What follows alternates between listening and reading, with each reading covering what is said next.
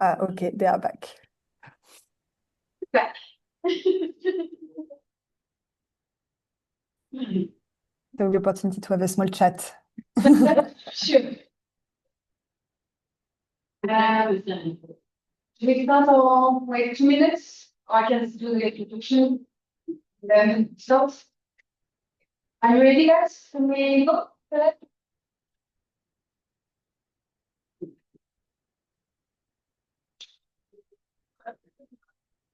So thank you everyone for being here. So the panel we are having today is a double discussion in the title is Lively Urban and Environmental Change in Nigeria, the urban development perspective.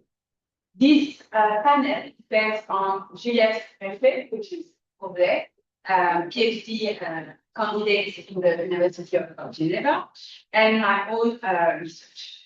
Indeed, in recent decades, Nigeria has been facing significant urban and environmental change. While this transformation has been documented, really the objective of this panel is to focus on the urban development perspective. In this context, the panel explains the call to the urban space as ordinary and through the lens of the everyday life. The focus will be on how these urban and environmental change are experienced and lived by the inhabitants. So the question we'll look at will be to what extent are urban residents affected by this change? How do they perceive and interpret them? How are they adapting or undergoing resisting this transformation, and how do they engage with other stakeholders, with their public authorities, international organizations, private companies, and so on and so forth. So to answer this question, we will adopt a multi-scalar, multidisciplinary, and multi-situated perspective. As part of our panel, we have historians, geographers, political scientists, and also someone doing leadership. So we'll bring this perspective together and try to build a conversation. As we have only 3 presenters for this session, each panelist will have 20 minutes and no more for their presentation to keep time for discussion.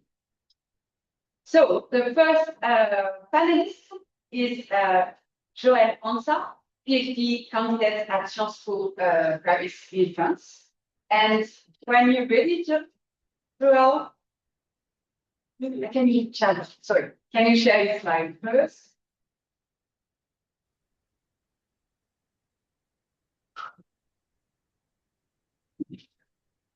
Yeah. So when you're ready, Joël, the floor is yours. Okay, great. Yeah. Can we go to the start of the slide? Can you start from the beginning? Yes. Great.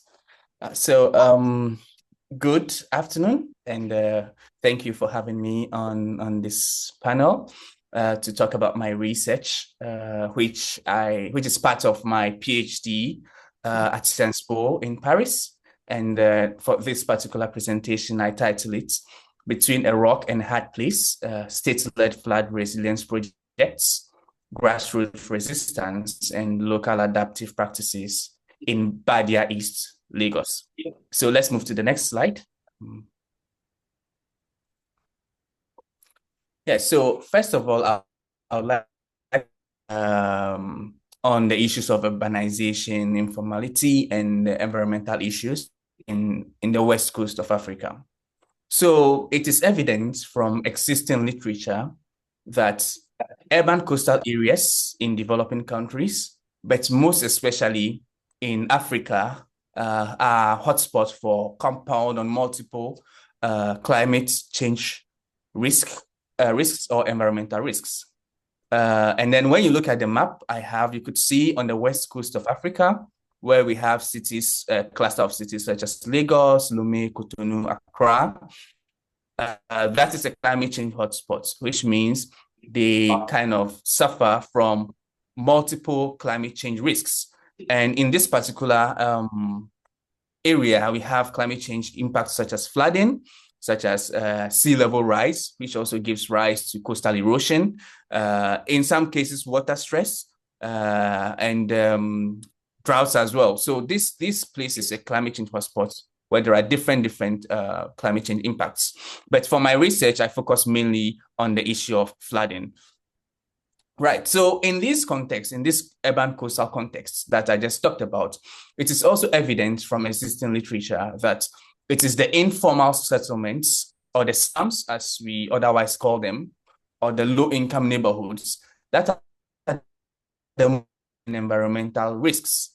So whenever it floods in these cities, it is the informal settlements or the slums that are the most affected or the most hit.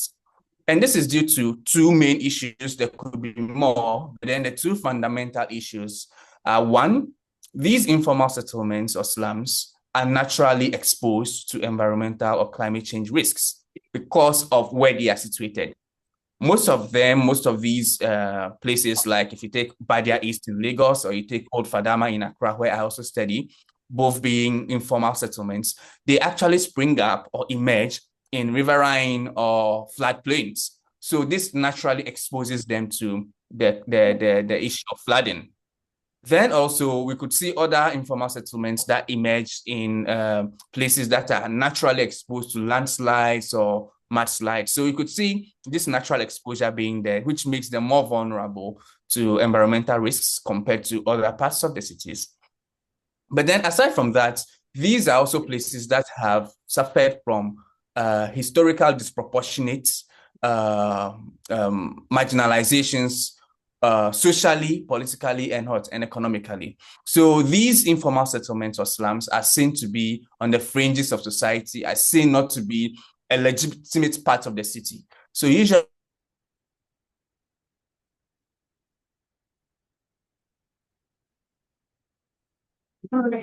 into the political or social fabric of the city to these risks compared to other more formal parts of the cities. Then this social vulnerability is also further exacerbated by the repressive, what I call the repressive or the more adaptive state-led flood risk reduction strategies. So what I'm trying to say, or how the literature is pointing to the issues to environmental issues, in this case flooding, this vulnerability is made even worse whenever the government tries to deal with environmental issues in the cities or to deal with the issues of flooding in the city. And we are going to see why the government's actions lead to further exacerbation of this social vulnerability. We can move to the next slide now.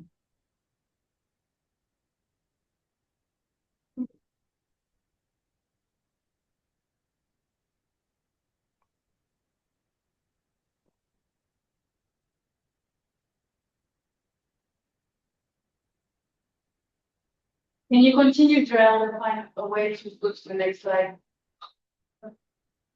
Okay, so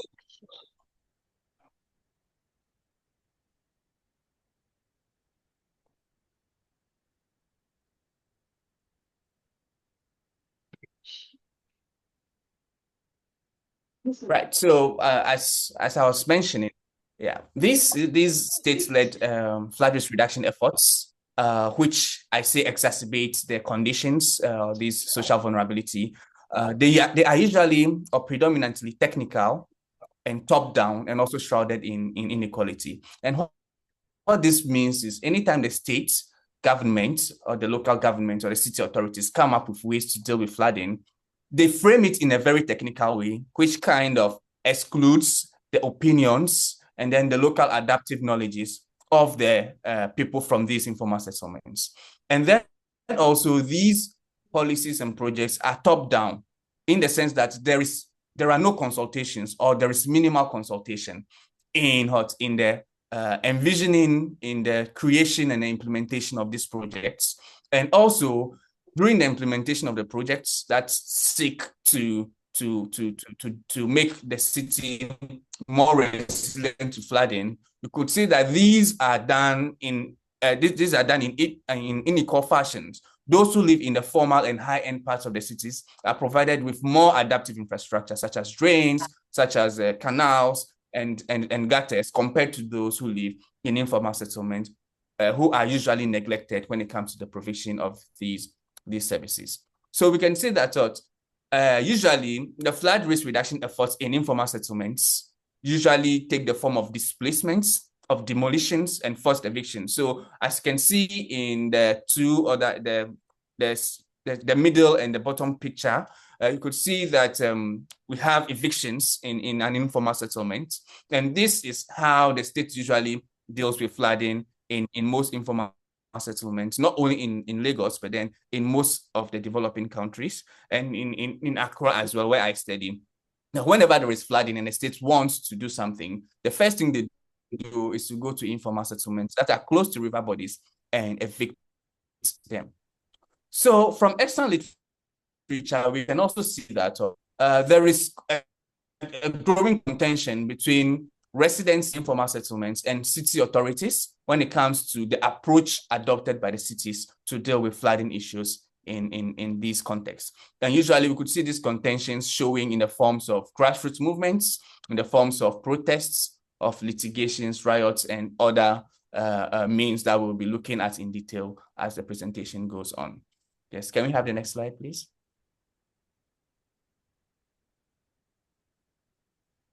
Great. So we know all these things from external literature, but some key issues or questions still need to be asked. One is to understand why grassroots movements in response to these so-called repressive flood risk reduction projects emerge in some contexts and do not emerge in contexts. So what factors encourage grassroots movements in response to repressive flood risk reduction projects to emerge in some contexts and not in others? Then we also would like to understand how the various movement strategies are employed in different contexts. And lastly, to also understand why the movements and contestations, why some movements and contestations lead to more enduring impacts on state-led environmental decisions, whilst some do not. Now, these questions look very comparative because which compares the case of Lagos and the case of Accra. Yeah, so we can move to the next slide now. So for the methods, I employ a largely qualitative method where I compare two cases, as I mentioned, Old Fadama, which is the oldest and largest informal settlement in Accra, and Badia East, which was one of the largest informal settlements in Lagos. And then also I'm using a multi-method design where I conduct observations, semi-structured interviews, walk-in interviews, and focus group discussions. Yes, we can move to the next slide. Great. So now a bit more detail on the case in Lagos. Lagos, as all of us might already know, is prone to flooding. Flooding occurs perennially or every year. And through my interviews and research with some of the technocrats in Lagos, especially from the Lagos State Ministry of Environment, some of the key insights that came up was that flooding occurs mainly in Lagos due to the Lagos being geographically naturally exposed to flooding, sea level rise, and water stress. And this is mainly due to the low-lying topography of Lagos, and also due to its low-lying topography, it serves as a discharge point for major water bodies and basins from other states. So we have the Ocean River and then the Ogun River all flowing into Lagos State. And then also we could see the Lagos Lagoon as well. So statistics will show that about a third of Lagos is covered by water, another third of Lagos being wetlands, and then a third being land available for development. So this shows the extent to which Lagos is naturally exposed or susceptible to flooding. Then this is also further exacerbated by rapid urbanization. As we all know, Lagos is a megacity, and then which also means that there is so much pressure on developable land, and which raises also prices of rents and land, forcing a huge chunk of the people to go into these wetlands, try to fill them, and then develop their informal settlements. So flooding in Lagos is perennial, as I mentioned, and it leads to lots of loss in properties.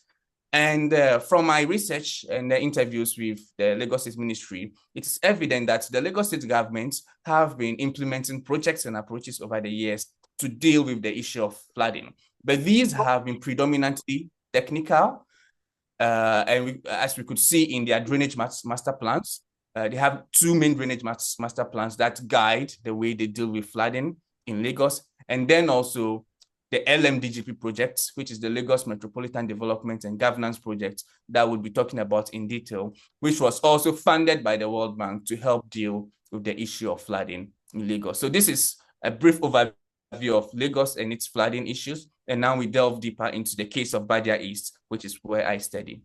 We can go to the next slide.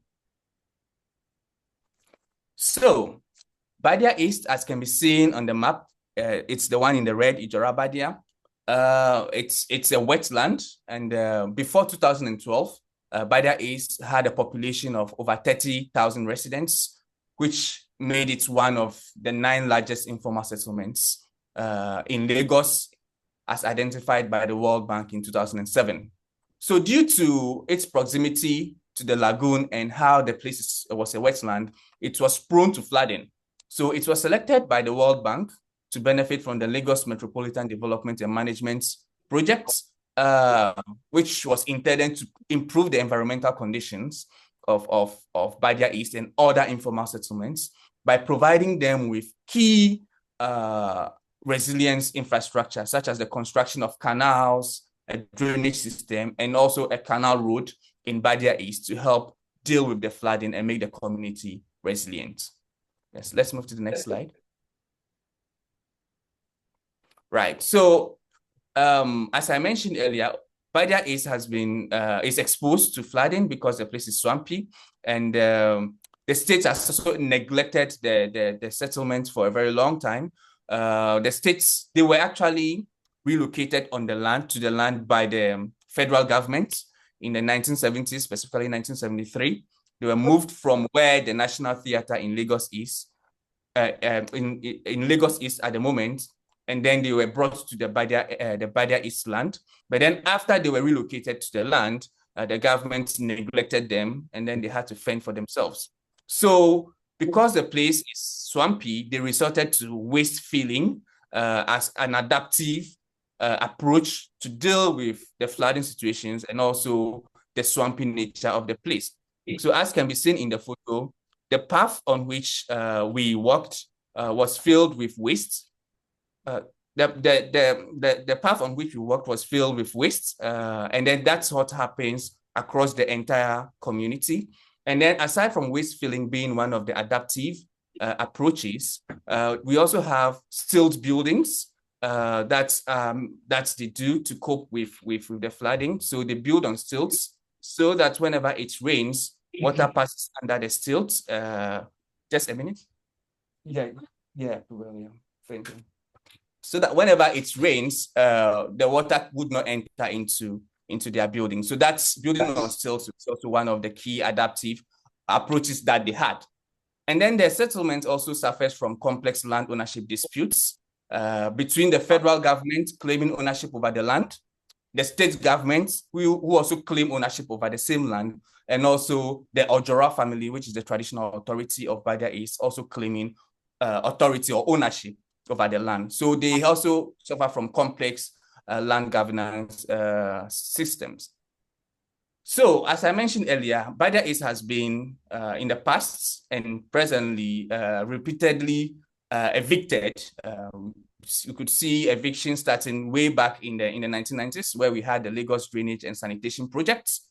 And then in 2007, we had the LMDGP project, all of which was to improve the sanitation and the drainage system in the community, but then rather led to the evictions and the demolitions of the buildings of those who live on the land. So we can, and then aside from that, I mentioned flooding to be one of the key issues that occur in Badia East, but then also they have the issue of lab subsidence. So some of the buildings in Badia East currently are sinking because of the wet nature of the land. We can move to the next slide now.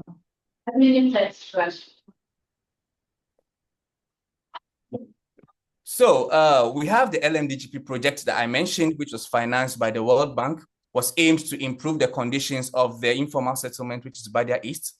But then when the project was to be implemented, the Lagos State government ignored the World Bank safeguard policies and went ahead to evict 10,000 residents without plans of relocation or compensations being paid to them. So this displacement has led to significant displacements, which has caused significant social and economic disruptions, with many people losing their properties, their families being separated, with their economic activities also being destroyed. And this has led to various forms of contestations from the people, mainly protests, and then also NGOs helping with negotiations and legal action, as we would see in detail. We can move to the next slide. Right, so this is a map to show the land use change in Badia East over the years. In 2011, before the LMDGP project, and then in 2012, when the canal, the first canal was built, you could see already some parts of the settlement have been demolished. And then subsequently in 2013, more parts of the settlements have been demolished for the building of an estate. And then this keeps happening. The one on the last one, the latest one was when I went to the field in Lagos. That was last year. And then this is the current Badia East settlement now, which is a shadow of itself compared to the pre-LMDGP period. So this shows that the project that was intended to actually improve the environmental conditions of the people has led to the decimation or the destruction of the community and their key adaptive knowledges. Yes, let's move to the next slide. Right, so there have been some responses from the residents, as I mentioned. These come in different forms. The first form of contestation is the disregard for calls of eviction. So some of them, when they were told to evict the land, they refused to go, which is civil disobedience, as to contest what they deemed to be an unfair treatment from the government. Then also we have movement organizations and NGOs such as Amnesty International and the Social and Economic Rights Action coming into the community, bringing them together, educating them about their rights, and then leading action against the Lagos State government. So different modes of contentions were used. We could see spontaneous riots happened, especially on the days that the evictions were taking place. But then also we have more coordinated protests, as we can see in the photo, where they went to the State House at Alausa to petition the then governor. Then we had issues of litigation, as well as media campaigns and documentaries to show what actually is going on in the Badia East. And actually, it's super interesting to see that these media campaigns and documentaries actually brought a lot of media attention, both local and international, to the Badia East case. And then also there is international advocacy, where some delegates were sent to the World Bank to petition the World Bank to come and see how the project was being implemented in Badia East, and then seek some redress to some of the injustices. So let's go to the next slide. Consequently, the World Bank, upon hearing the petition and the protests that were happening in Badia East, halted the payments of funds for the project until compensations were paid. Eventually, compensations were paid to the people, but then the people I talked to when I was interviewing mentioned that either the monies were too little for them to relocate to other places, or they didn't receive the compensations at all. So some people had these compensations, which was a redress or an outcome of the contestations, but then couldn't move out of the settlement. Yes, let's go to the next slide. And I mean, it's related complexity. Great. So due to the project, as I mentioned, which was supposed to make the place resilient, now the place is rather depleted, with very few or close to no economic activities or livelihood activities in Badia East. There is a broken social fabric, a disruption of social capital and familial ties as people kind of send their children to other places. There is even more intense environmental risks in Badia East now because the canal project was not completed, and also the key adaptive approaches that the people had in the past, which was building on stilts, was no longer there due to the evictions that happened. So the flooding situation now, it's even more intense compared to the pre-LMDGP period. So let's move to the next slide, and then I conclude. So these are photos of Badia East now. The first photo shows the canal that was constructed due to the project, but now has become almost a dam and leads to flooding whenever it rains and overflows. And the second photo what I took on the field, it rained for a few minutes and then the whole community got flooded. Let's go to the concluding slide now. Yes, so the key takeaway is that, yes, environmental justice concerns in informal settlements are closely linked to other social and economic issues.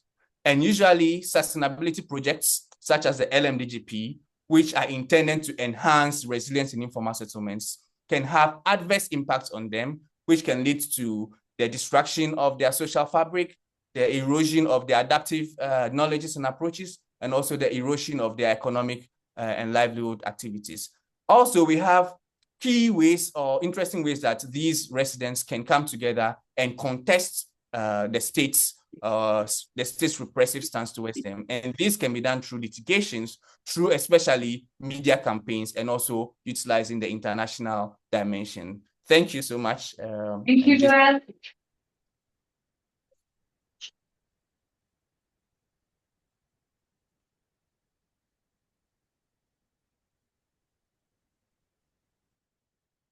Thank you. We move to the second presentation that will be mine, and then we'll take questions at the end. So all your votes, and we'll do for the general debate. Online, is it okay? Can you see it? Yes, perfect. Thank you very much.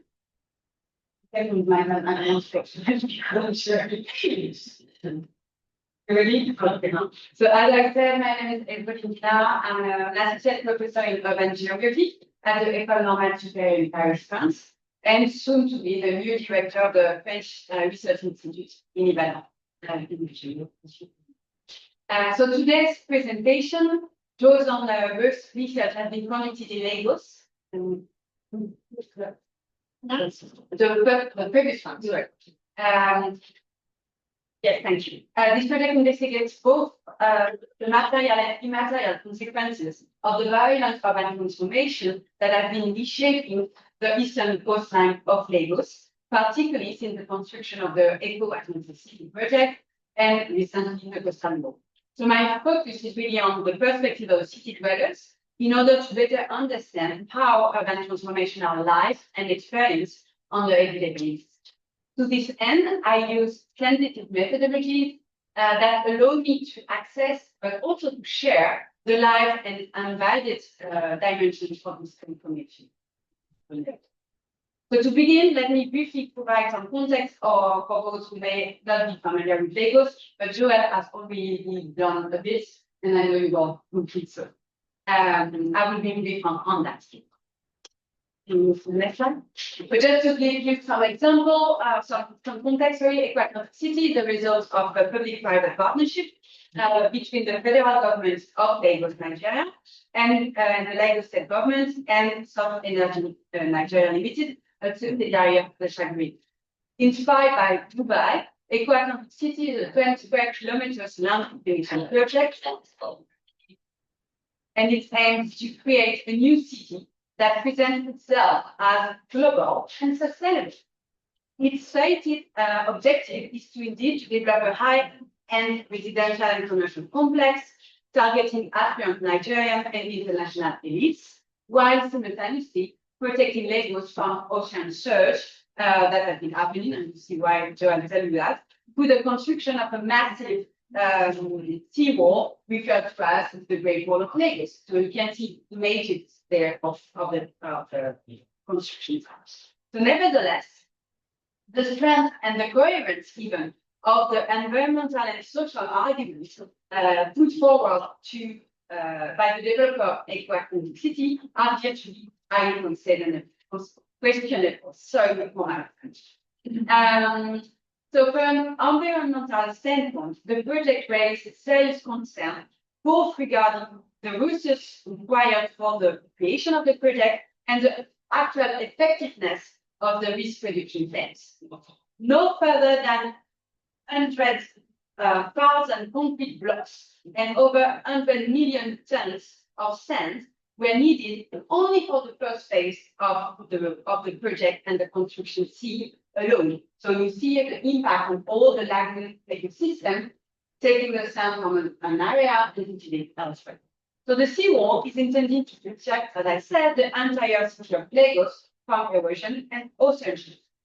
However, as numerous studies have shown, the construction of Atlantic City has not reduced the risk, or at least they have displaced it. So while the economic and commercial hub of Victoria Island is now protected for them, the residents of the Lake Peninsula, especially the one living in informal settlements, as I've shown you, and living near the coastline, have become more exposed to coastal erosion and flooding.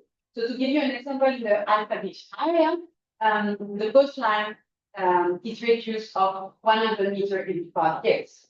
So you can see the speed of coastal erosion. So the project's supposedly sustainability is thus also a way of strategically stage and legitimize the project, while in reality displacing the problem both spatially and socially. So on the social level, Atlantic City epitomized an extreme vision of the city as privatized, securitized, and socially exclusive space. The construction of City, sorry, you agree with that? I indeed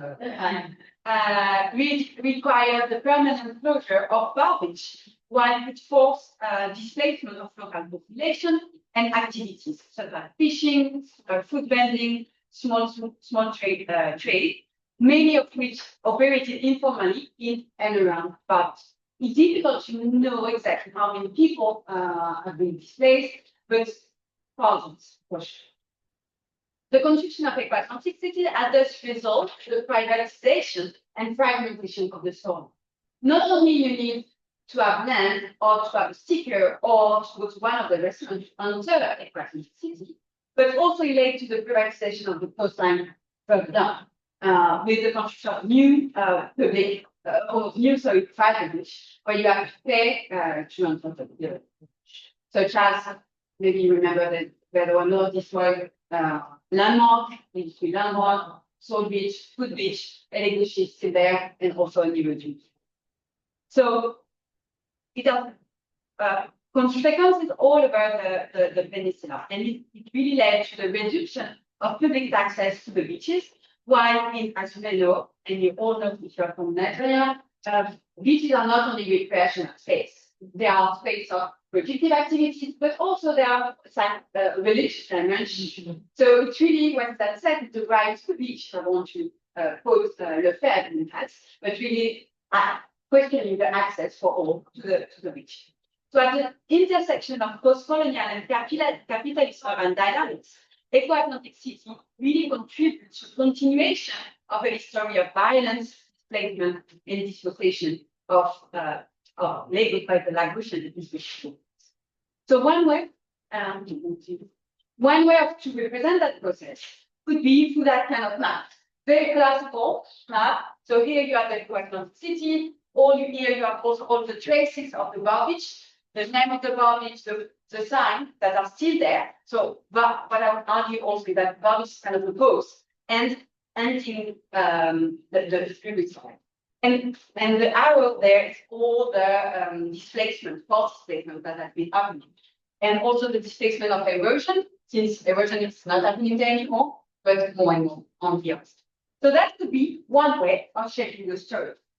But to document the way urban residents are affected by the ongoing social transformation, I decided in February 2000 last year to create a visual and sound map in order to have the people of people. I was not satisfied by the way of, translated from the book, but you lose people.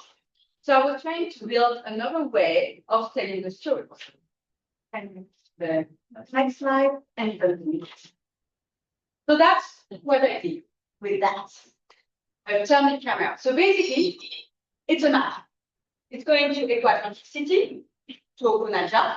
So from the east part to the west part. And each photographic, and you will hear the sound now, are documented the places. So it's a thermal camera. So you know when you go to supermarkets, they print tickets, same thing. So if you do you allow me to take a picture? Just to show you how it works. So it's right there. Printing photograph. All right. So what I've been doing, I've been walking from Atlantic City to Okunaja. It took me several hours, obviously. And each time I was taking pictures like that one, giving them people photograph. I can reprint it as much as you want. And if you want, I can give one of those. I will, don't worry. Just I'm sitting on my time, but I will reprint it. So giving people and also trying to do that.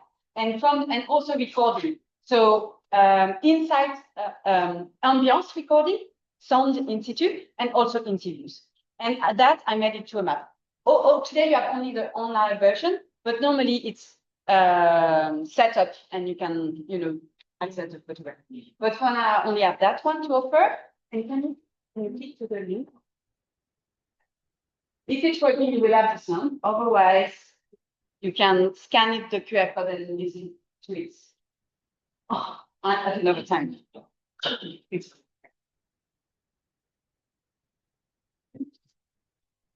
And while it's charging, I also want to thank Shelly, Juliette was here because they also went with me on the walk and helped me. Shelly helped me with the sound recording. Thank you.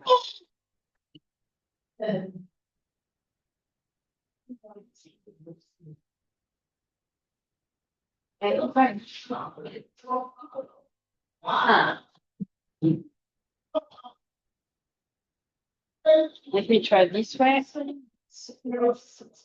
Okay. Can you close it?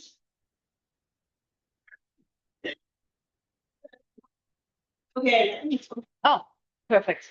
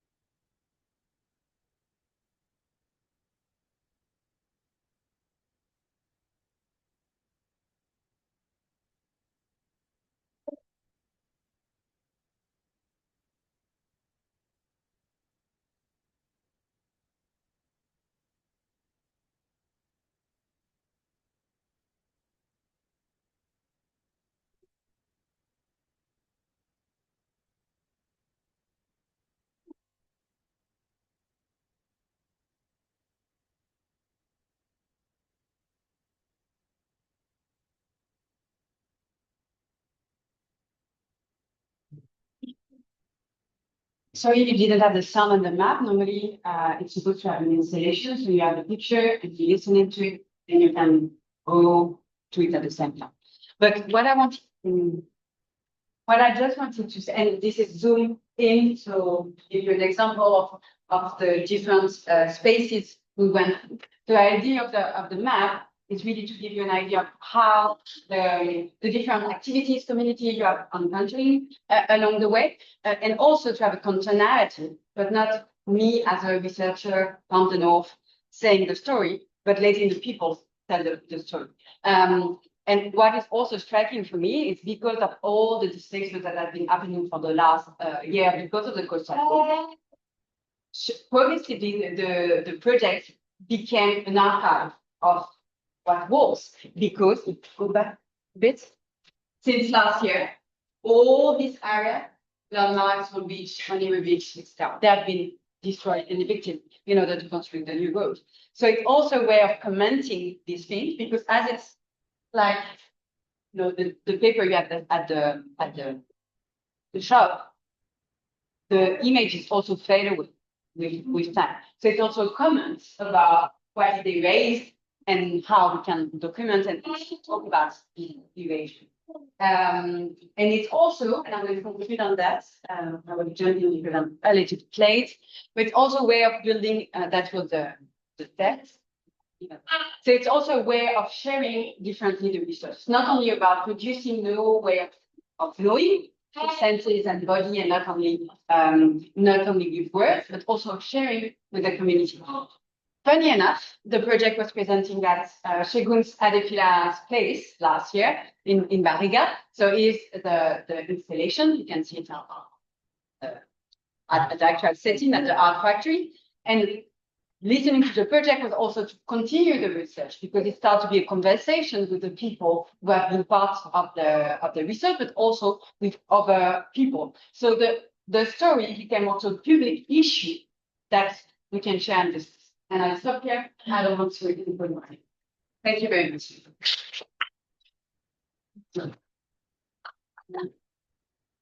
We can move to last panelists for this session, and you will see it will echo a lot of what Joel and I what we just said.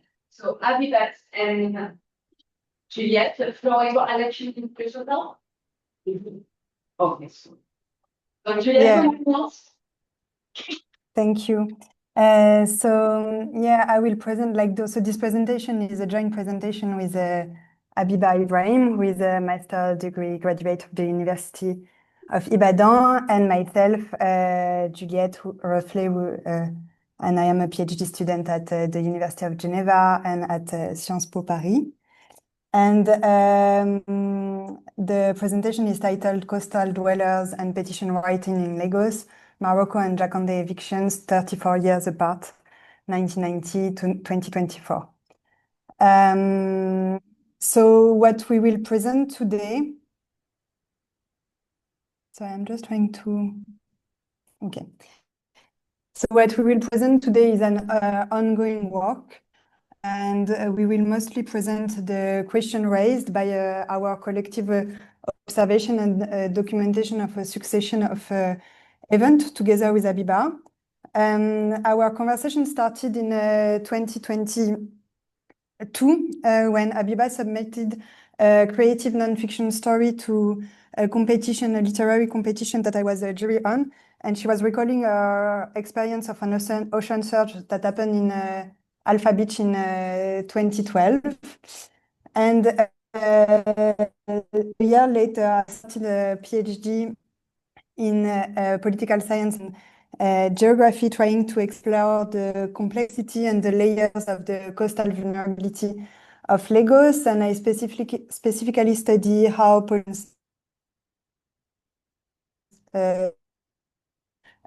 coastal risk.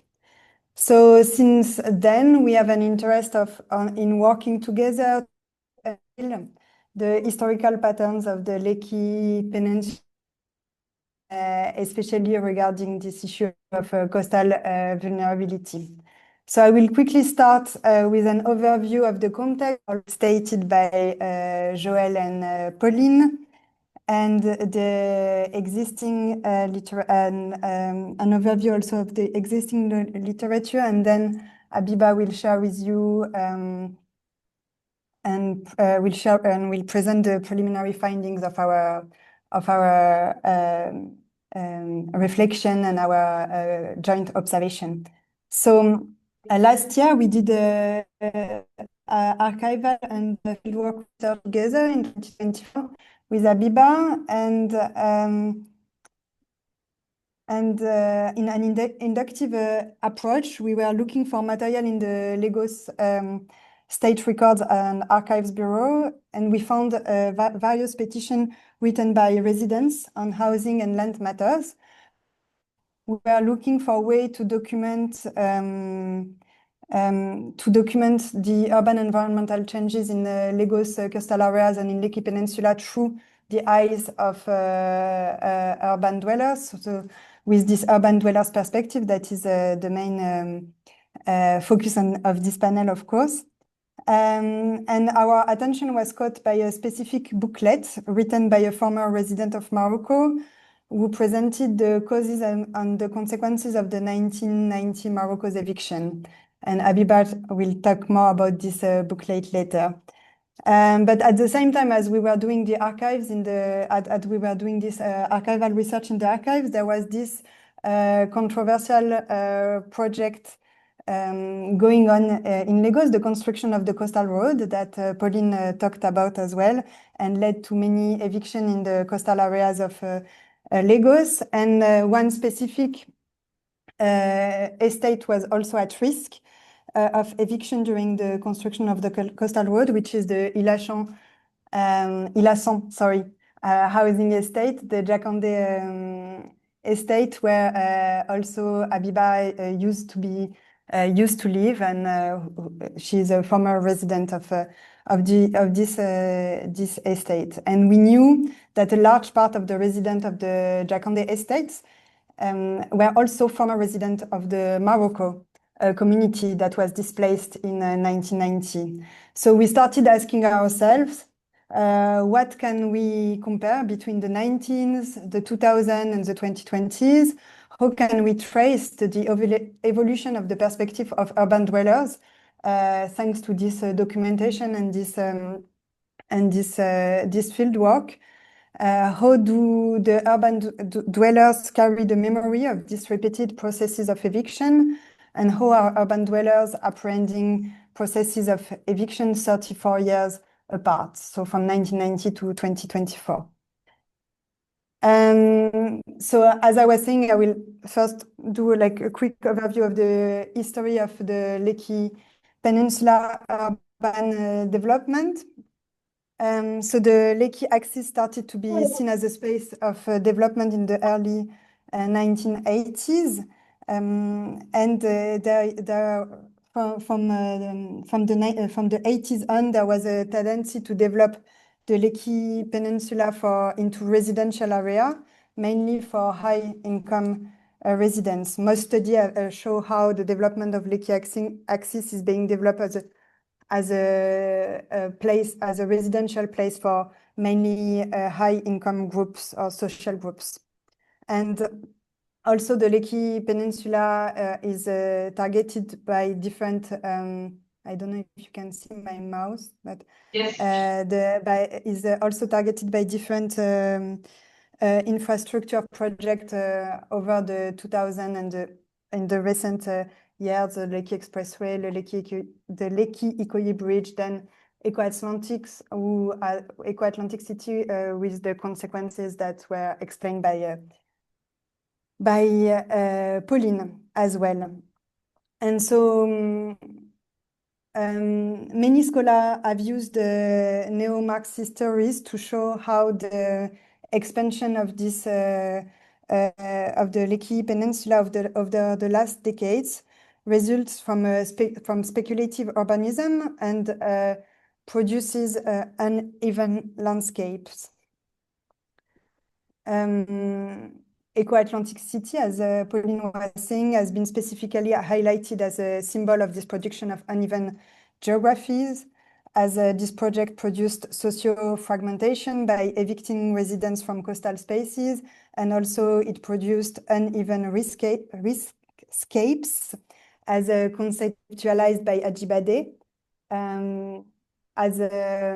while it aimed at saving Victoria Island from the ocean surges, it actually had consequences on eastern coastal communities in the Lekki Peninsula.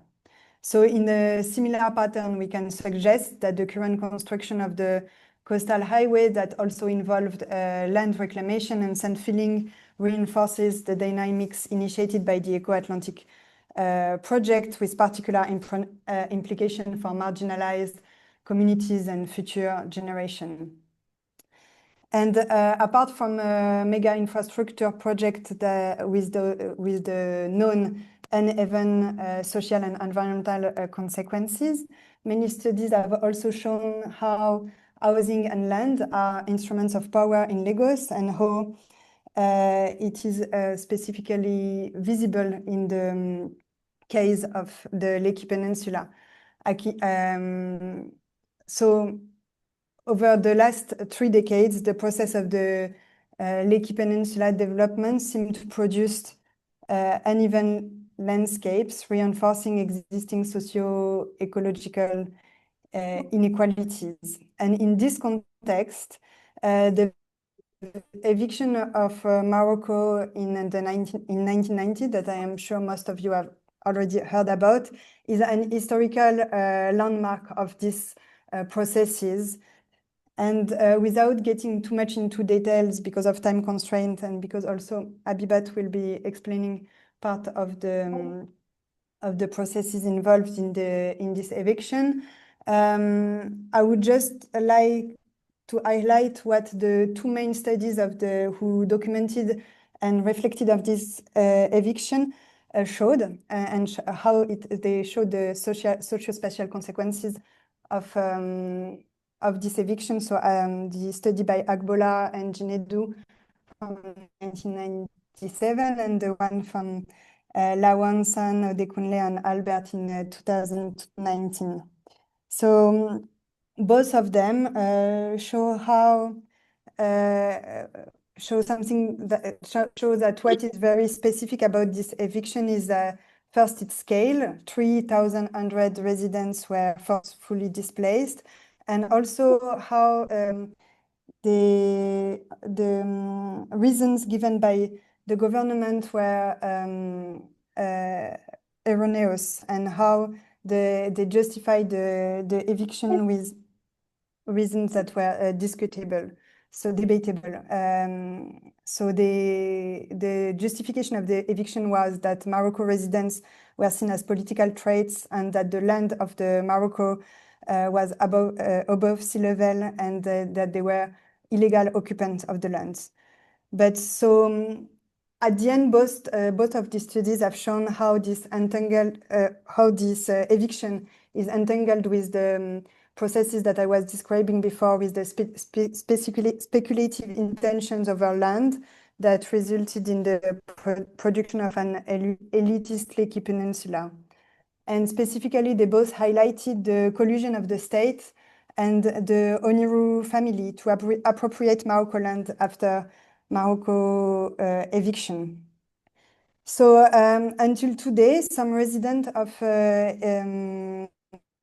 Ilachan Jakonde housing estate, which you get here, this is a map from 1987, so a few years before the eviction of Morocco that was located here. And so until today, some of the residents of the Ilachan housing estates are evictees, descendants of the evictees of Morocco, and are now facing other challenges. So from 2012, ocean surges started to also hit more violently the Lekki Peninsula, mainly as a consequence of also the construction of the Eco-Atlantic City. And in this context, there were various instances where the Lagos state government threatened to evict the Jakande or the Ilasan housing estate and the resident of the place.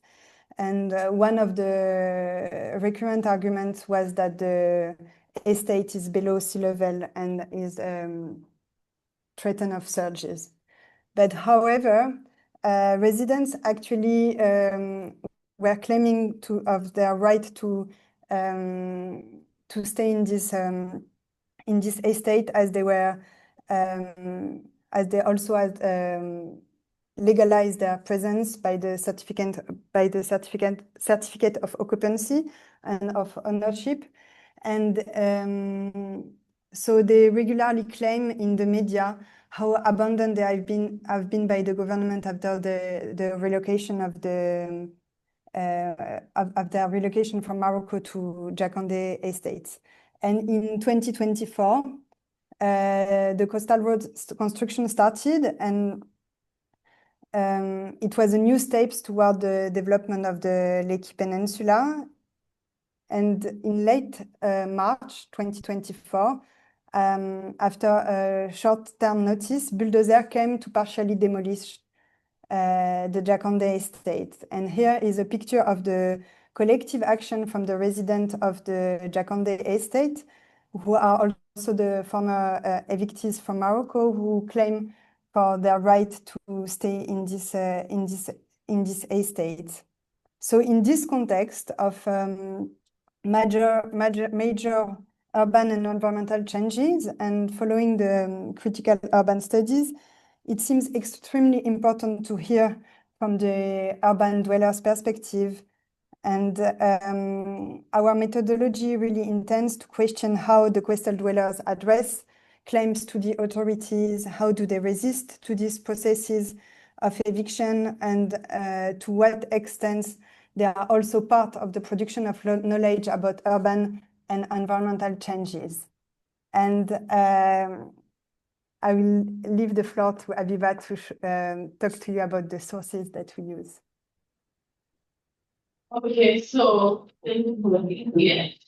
Basically, this book was published in 2004 by the leader of the Morocco Committee, and who also happens to become the president of the Jakande Landlord Association.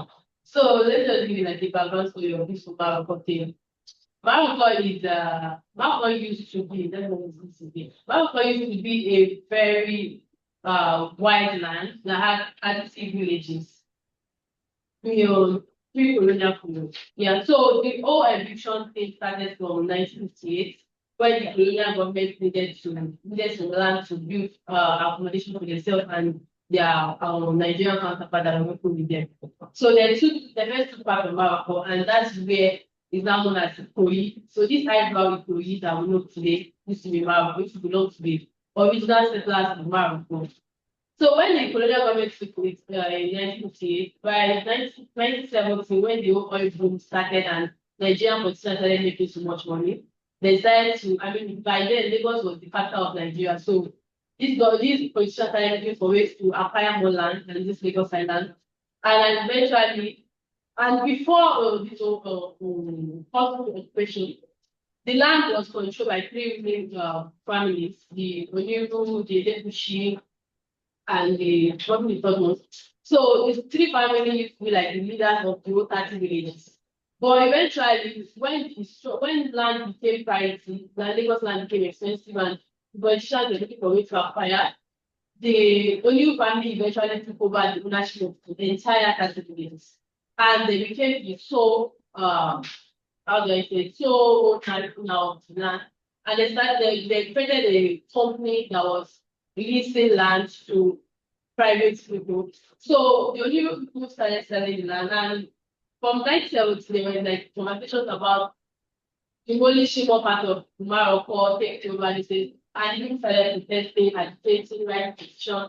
Well, everything was because of the way Nigerian politics was moving, the way there was British government, Moroccan government, so the plan did not manifest. Eventually, by 1990, the plan started terminating, and in 1999, 10,000 houses were demolished in Morocco. And this led to a lot of thousands of deaths because people had to start moving across the ocean to the other side, and a lot of people died. So this land that was taken in 1990, it is known, it's presently known Lake Peninsula and the Marua. So the both Lekki, Peswa, Marua, Lake Peswa and Marua, it was the former Marua. And why the people were agitating that they did, first of all, they didn't even want to take their land. But when they noticed that the power was beyond their control, they started to demand for settlement, so that they can move somewhere else. This land was, even though the government claimed that they were taking it to do urban development and all of that, modernization of the government, they eventually sold those land to private investors, and that gave a price that even for the original owners could not pay, not purchase the land. And eventually, you get this things that was doing, we wrote petitions to all the politicians in South Nigeria, Bola Ije, Babangida, name it, everybody, literally, even this petition was actually filed with the movement who was the governor of Lagos during the tenure. So the man just all the landlord, the commercial people, they just kept agitating that they should sort them out. And eventually, when there was so much public outcry and wide mass coverage of the event, the government started to move them to the uncompleted building in Nassau, and that's like the far east side of Maroko. Meanwhile, these buildings that they were moving into were uncompleted, and it was located in a swampy area with giant mosquitoes and literally unnatural environmental conditions. But the people eventually like, at least let us have somewhere to live for our place. But people during the whole demolition lasted for 12 days, by the way, 1990 demolition, that's a 12 days. So during this demolition, there was a lot of property there because the announcement was even made on the radio. So the people were not like there was any formal announcement to the landlords of the marathon. And the funny thing is, when the place was demolished, for most people that have 3 houses, people that have, in fact, there was someone that said they had 30 tenants in his houses. Everybody was competing with just 2 bedroom flats in the Ilaso and the Porta house estate that they moved into. And out of the 10,000 owners, just 1,000 were being compensated with the buildings that were in the Ilaso and the Marathon. And the Porta. So when the people moved there, 7 days after, the government retracted their statement and said, no, that they want to send them away from the place that they moved them to.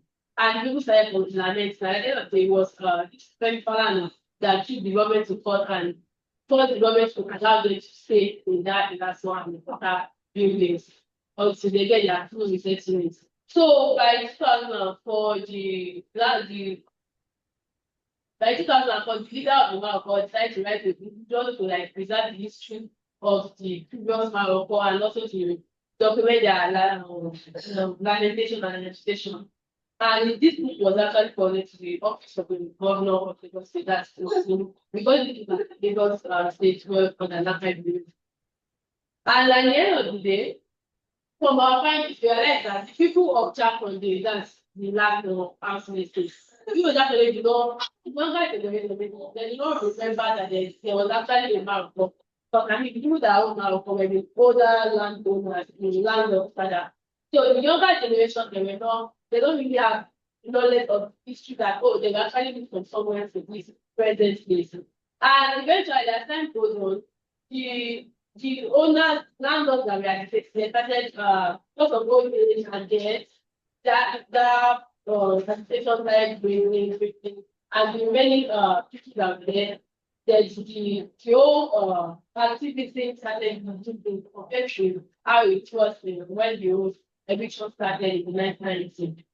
We also realized that, and so last year, the government had officially started another demolition in Japan. So instead of compensating the owners of Morocco and giving them consequences for their land, that's the next phase one that they took. The temporary competition that they did, which was the last one, that Japan made space and Porta, they have now started chasing those people away from the second domestic assessment now. That's Japan. Their last year they demolished all the scientific examples, and they also managed to be noticed to government is not very sensitive. Yeah. So each island, if you want to have particular philosophy, there's a part that will between the and the all the other things now and we tend to relate to. So this is a good thing. We're hoping to see the end of this program. Thank you. Thank you for all the panelists to their time. So now we have time for discussion. We can raise a question around one of the two other presentation or some suggestion on the plan. Oh,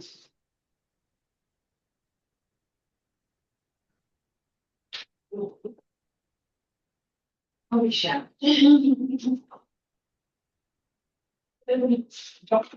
Thank you so very much to the presenters for the insights. There is this connection of the six innovations. Another thing that's the way we set offense is being more like forceful resettlement and no compensation at the end of it. So my question is, looking at the three studies of research, what are the policy implications for the project implementation, especially in those regions, and what would be the possible changes? Because looking at the history and the background is given, never knew that the lady and all of these places were not really so now there are also cases like that all across nations. How can researchers who are working in the area of environment who are also providing solutions in terms of policies that could help better the life of people, because this project is actually for our own good. But displacement is also affecting a certain people. Now, what are the possible recommendations that could form policy statements that could also help in terms of taking decisions when this projection is taken? And I also know that there are some level of stakeholder engagement involved with this. How can these stakeholders also have one voice towards ensuring that, one, those who are being resettled are compensated, are also giving spaces where they can also have their source of life they can do, and also continue their life. Thank you. I'm concerned with okay, it's interesting to know that all of the papers talk about different urbanism and the challenges the emerging African communities are facing as a result of movement in the community, and the reasons why the urban spaces are thriving. Looking at the slums sometimes are the urban infrastructure through which the infrastructure through the urban areas survive, providing cheap labor, just like that man said, providing cheap labor, providing cleaners, providing toilets. Now, and all of these persons are displaced from the communities. What we're going to have is that this semi-shanty cities within the urban areas that are still going to constitute nuisance and security questions. So, looking at the places we have studied, are there such cities, I don't know how to call it now, but there is a name behind a very big, magnificent city. There is other smaller cities. Where the places where people are struggling to survive. Our problem is to just look at how are they surviving in those cities, because sometimes people also hide We would go from tax sources, from security sources, who did not want this kind of places. Thank you very much. There another one who will start with that? Okay, let's start with that. I'm going to suggest we take, I give the floor in the starting first, Joel, if you want to start. We couldn't hear any of the questions, Ah, so if you could just repeat them I for will us. review. And if I'm misleading them, it's going to be back. So the first question was really about looking at the repetition of the same policy of eviction. What can be changed? What can researchers do to help the people that have been affected by this displacement? What could be the recommendation of future policy? And the second question was highlighting the fact that the slums, even if I don't quite remember, but the slums are urban infrastructure. So they are providing the security, the cleaning, and so on. So the question was, where are these people now? Are there like sanctioned area inside the new built environment? Okay. Did you hear now? Okay. And I will just jump in because I also have a question for Joel, and I think it might be interesting as well. So ask a question and then Joel responds. Yeah, great. So I wonder, Joel, you were saying that different international and national NGOs were trying to also help the population of Badia East to formulate their claims to the governments. Have you noticed, like, for example, differences in the way they address the request of the population? Do they, for example, listen more to some groups, specific groups, or like what are their advocacy? How do they formulate their advocacy? And does it also maybe, have you observed that it can also be some is to also, of course, support the communities? Okay, great. So all these are very interesting questions. And then I will start from you, Juliet. I think one main thing I realized in the case of Badia East, which I would like to compare a bit to the case in Old Fadama in Accra, is that if you go to Badia East, you see that different NGOs are there actually working. You could see JEI, which is Justice Empowerment Initiative. You could see the Nigerian Slum and Informal Settlement Federation. You could see Spaces for Change also working there, and then SERAC, which was like the first NGO who started working in Old Fadama, in Badia East. So they are there, they have their own different strategies, especially in the case of JEI. Through my interviews with them, they focus more on, they have what they call paralegals, who kind of try to train or teach the people in the community about their rights, and through that kind of bring them together and organize them to kind of resist. So they also told me they used to organize the people for protests, and then also they use litigation. So they go to courts, and all of these, their courts appearances used to be forms of protest as well, because the whole community goes to the courts to kind of publicize the issue. And then also they have a media department. I saw a couple of their documentaries where they kind of made videos to show the impact of the project on the people, and then the evictions and all that. So they have different roles they play. And then when you look at another NGO like Spaces for Change, they are more into litigation. So they don't have the paralegal strategy and then a strategy of helping the people to protest. But then theirs is more about going to court. So I think the current case where the residents of Badia East have against the Lagos State government in court currently is being spearheaded by Spaces for Change. But what I could see is that all these NGOs kind of work in silos. I don't see so much coordination between them, because when I was talking to a representative from JEI, he mentioned, oh yes, there are some court cases where the residents of Badia East have taken the Lagos state government to court, but this is being spearheaded by Spaces for Change, so we don't know so much about it.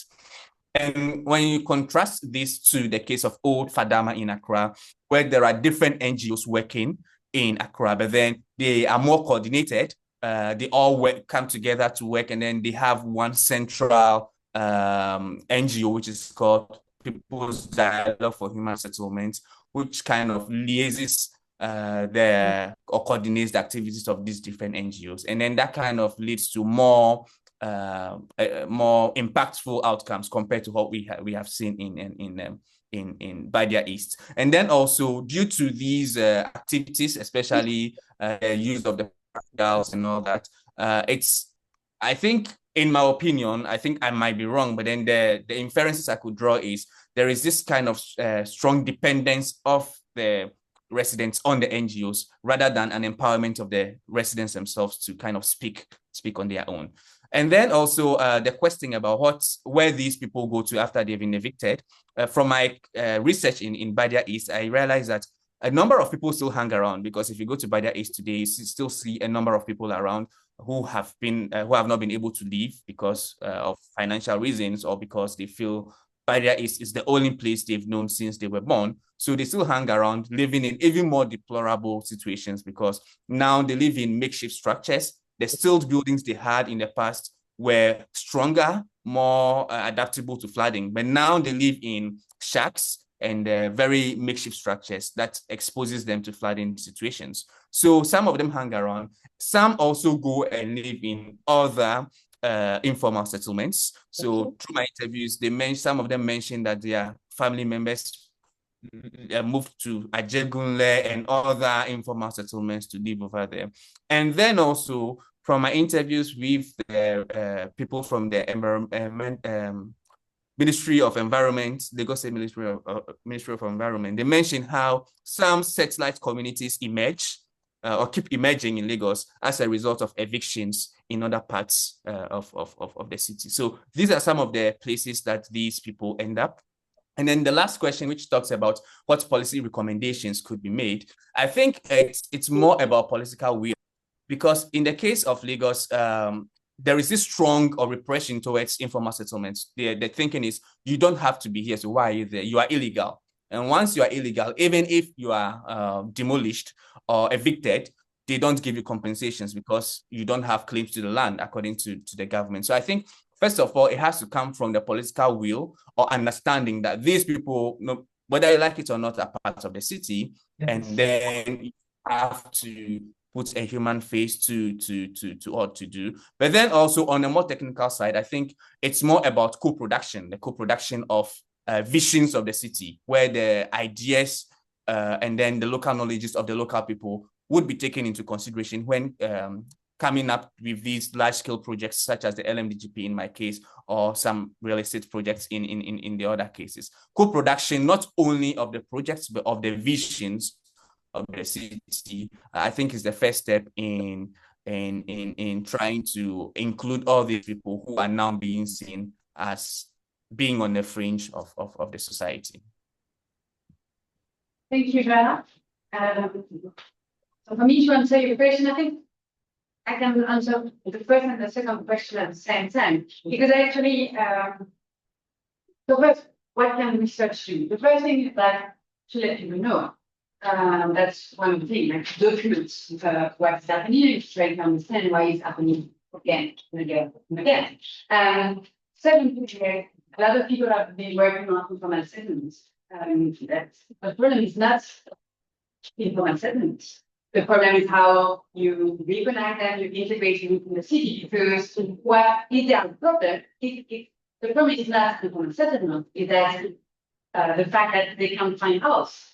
The problem that you don't have enough housing for everyone, affordable housing, and you expect people to build. I mean, have you ever been inside a city? How many apartments are empty today? No. So that's also the question, for who are you building the city? So if you want to build it for like an urban base, who will be there? And obviously, they always rely on the people that have been elected for security, for anything. Exactly. So obviously, some of the people, because that's the thing, it's a circle. They don't have compensation, they don't have relocation, because they're not supposed to be there.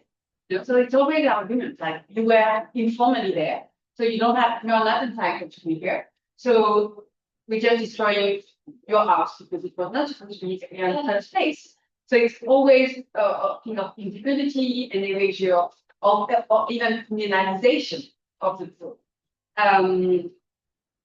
But because these people have nowhere else to go, some of them, not all of them, but some of them just stay in the same place. So they rebuild in poorest condition, like tents. So if you go now to Purano water, there are still people who stand around the boat. And each time enough people come into the boat, the police will burn the tents again, and they will rebuild because they have nowhere else to go, and also because their network are around. So if they do small business, they know where to buy the supply, they know who to buy.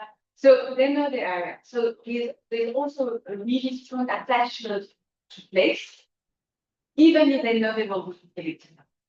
But one of the colleagues working on the construction for this was saying like, no, resilience for the book, because they are more resilient because they are nowhere else to go, so they will be the first coming back. So that's exactly what is happening. And to add to what you said about the policy, the government don't want to do, but they just don't want to do it because they don't want to maybe do that expenses of relocate. Because naturally, for the Maroccan people, they are the original people, they are not even the former. They are like the Lagosians, the original Lagosians.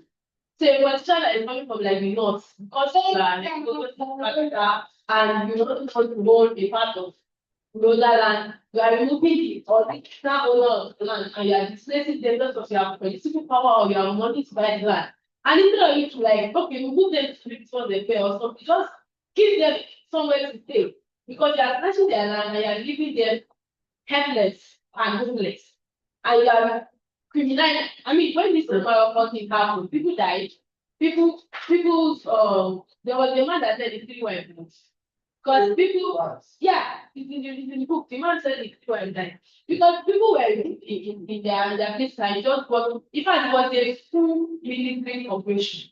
They came with hammer, they came, and it happened in the midnight. So they came with soldiers, came tear gas, bombs, if you don't follow. And when people were trying to cross over the water, people come over, they both subside, family died. Even the staff on would have that day. My neighbor died. And he didn't die though. He died with his wife and 5 children.